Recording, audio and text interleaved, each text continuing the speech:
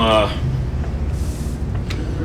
somewhat relieved that, we're out of the ACC regular season and the tournament. Just the competition's been unbelievable this year. What a grind. We just lost to what everybody feels like is a national seed, and because of their ability to finish, they're just, gosh, it's so hard. We lost a game like that. I think we were up 7, 8, 9, 10 runs on a Friday, and they just kept coming back. That's a special team. Obviously, they got talent, but there's something, when you can finish the way they finish.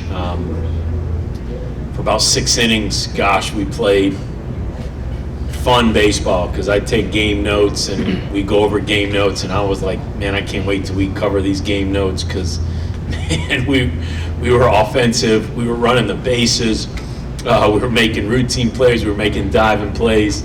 This guy was pitching his tail off, and we just came up a little short. So I really hate it for our players. I hate it for Seabass, because I know the pain that they're feeling right now. But with that being said, man, that's a big but. This group is battle tested, and this group is growing, and it's just getting tougher and tougher. And when you go through storms like that,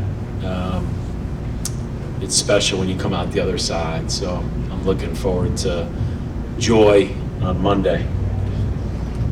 We'll now open things up for questions. If you're on Zoom and you have a question, please use the raise hand function. We'll open up questions here in-house.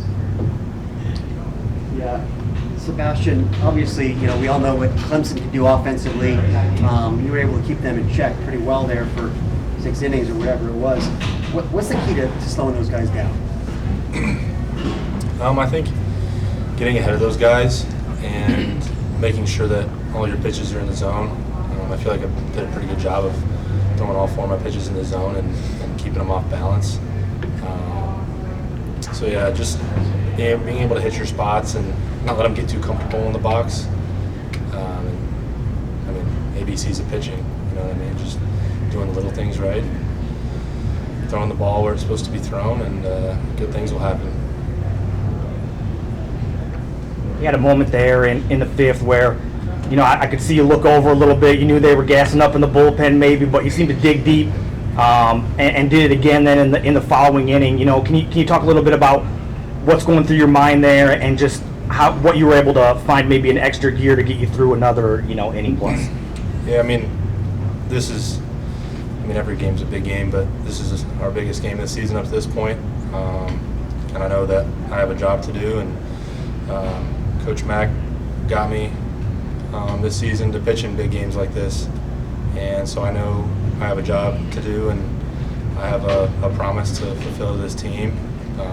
So just kind of found that within myself to keep battling like I was doing the whole outing, and making pitches and getting ground balls. And so that was just kind of my mindset. I did it for my teammates, did it for the coaches. They believe in me, and they put me in the spot for a reason to pitch in a game like this with a place like this against a team like that. So you got to believe in yourself. Coach, just curious, and I apologize if you touched on this earlier, but what did you say to the guys out there after? Obviously, it's a gut punch. what do you say right after that to the guys? Yeah, to stick together. How much I love them. I know it hurts. If you put it on the line, it's going to hurt. But the challenge of the joy that could come, and how much fun this team could have with the world off their shoulders, and going to we'll have to take our show on the road, and that's okay. That's a great challenge, but I always apologize, because I feel like I could have done a little more, made some better decisions, but